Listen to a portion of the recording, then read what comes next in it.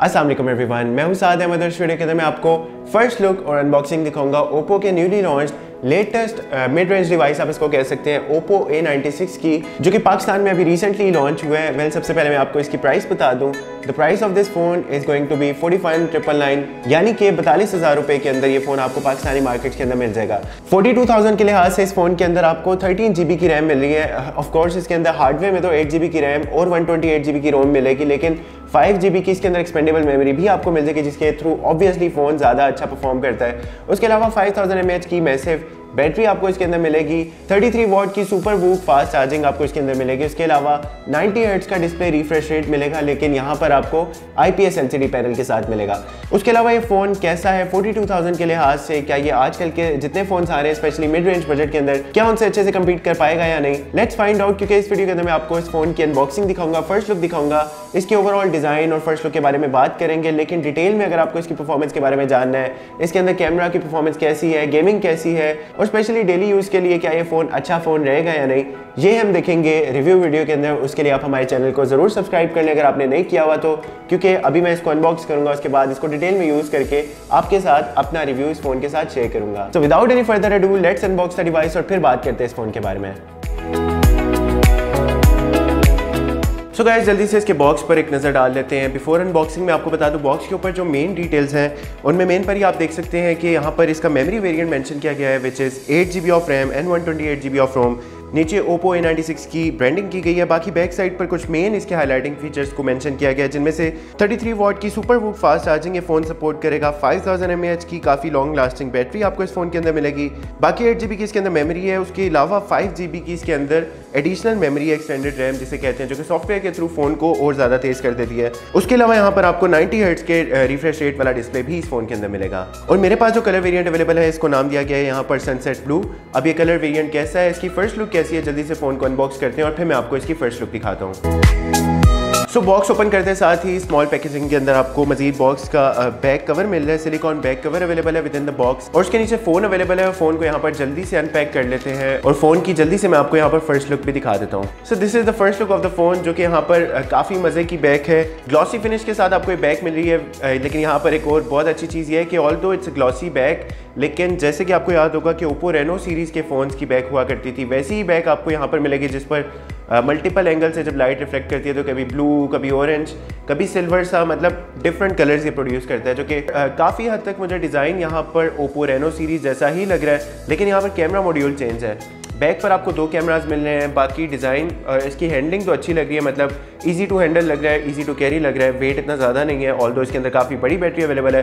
लेकिन मजीद फ़ोन के ऊपर बात करते हैं बाद में। यहाँ पर फ़ोन को मैं जल्दी से ऑन कर लेता हूँ। फ़ोन जब तक यहाँ पर ऑन होगा, हम बॉक्स के अंदर बाकी कंपोनेंट्स को भी एक्सप्लोर कर लेते हैं। सो बॉक्स के नीचे वाले सेक्शन के अंदर आपको ये सुपर वूफ चार्जर मिल रहा है, जो कि 33 वॉट तक की फास्ट चार्जिंग को भी सपोर्ट करता है। अब चार्जिंग स्पीड कैसी है तो ऑब्वियसली हम आगे ही एक्सप्लोर करेंगे। बाकी नीचे वाले सेक्शन में ही आपको फ़ोन की डाटा केबल मिल रही है, which is of course of type C, और फ़ोन भी यहाँ पर ऑन हो चुका है। इसको मैं जल्दी से सेटअप करता हूँ, उसके बाद मैं आपको फ़ोन की फर्स्ट लुक भी दिखाता हूँ। सो गाइस, फ़ोन फाइनली यहाँ पर फुली सेटअप हो चुका है। मैंने यहाँ पर इसका फेस अनलॉक और फिंगरप्रिंट के थ्रू अनलॉकिंग भी सेटअप कर दी है। बाकी this is the first look of the phone.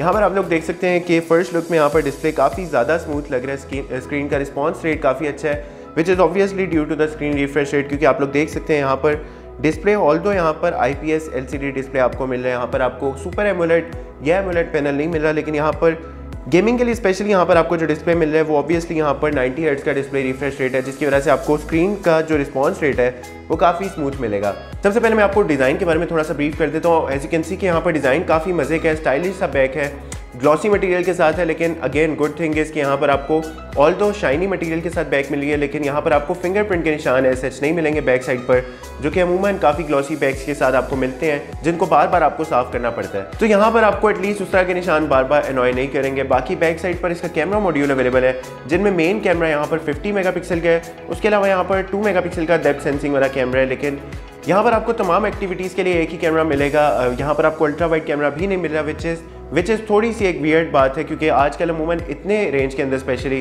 Phone के अंदर 3-3, 4-4 कैमराज अवेलेबल होते हैं, लेकिन अगेन लेट्स सी कैमरा की क्वालिटी को देख के हम जज करेंगे कि इतनी प्राइस के लिहाज से कैमरा कैसा है ओवरऑल।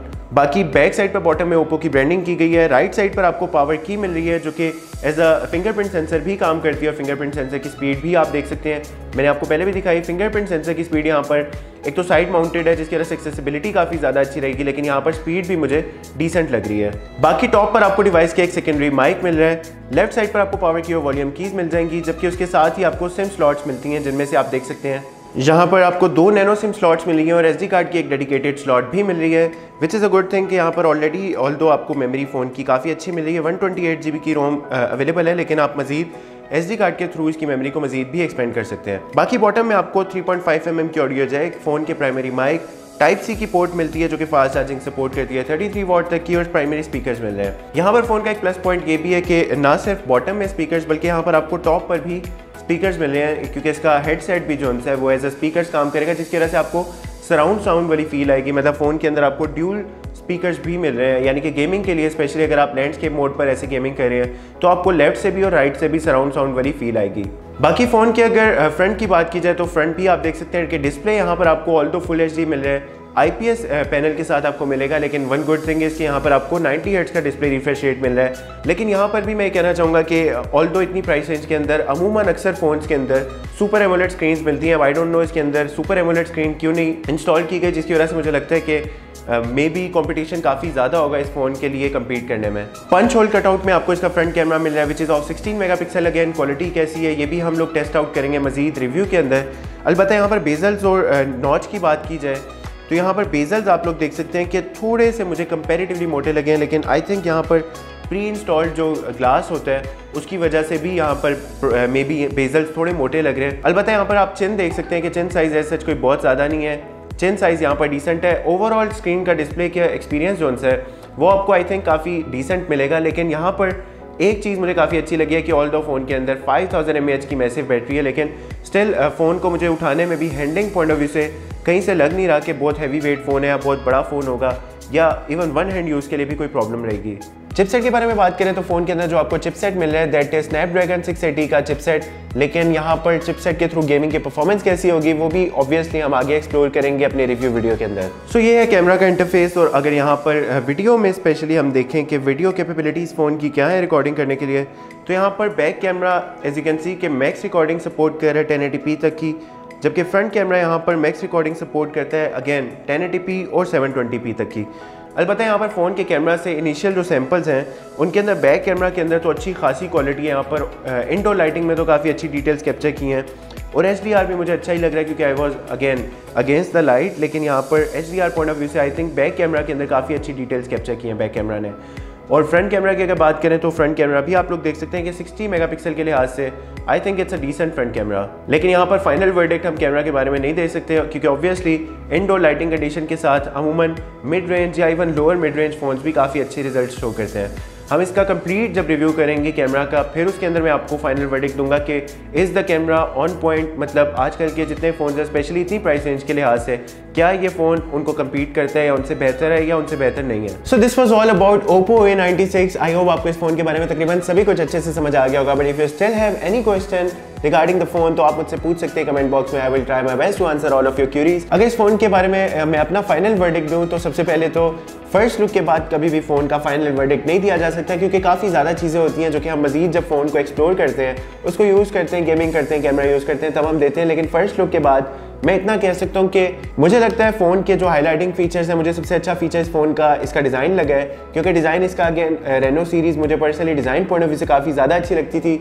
और रेनो की प्राइस थोड़ी सी ज़्यादा रखी गई थी। लेकिन इस फ़ोन के अंदर आपको तकरीबन सिमिलर डिज़ाइन मिल रहा है। अलबत्ता यहाँ पर कैमरा यहाँ पर आपको 2 मिल रहे हैं, जो कि again I think ultra wide हो जाता तो काफ़ी अच्छी बात होती है, क्योंकि आजकल इतने बजट के अंदर तकरीबन सारे फोन के अंदर आपको अल्ट्रा वाइड सेंसर भी मिलता है। बाकी फ़ोन का डिस्प्ले ऑल्दो यहाँ पर IPS LCD पैनल मिल रहा है आपको, लेकिन कलर्स मुझे IPS के साथ भी काफ़ी ज़्यादा अच्छे लगे हैं, और ऑब्वियसली 90 हर्ट्ज का डिस्प्ले रिफ्रेश रेट है तो काफ़ी ज़्यादा स्मूथ एक्सपीरियंस था फर्स्ट लुक में, तो गेमिंग में इससे काफ़ी अच्छी एक्सपेक्ट कर रहा हूँ। वेल, आपको क्या लगता है इस फोन के बारे में? अपना पॉइंट ऑफ व्यू जरूर शेयर कीजिएगा। मैं अगर अपना पॉइंट ऑफ व्यू दूँ फिलहाल मैं यही कह सकता हूँ कि फीचर्स तो इस फोन के अंदर नो डाउट अच्छे हैं, डिज़ाइन अच्छा है, लेकिन प्राइस इसकी थोड़ी सी कम होती तो it could have been a lot better.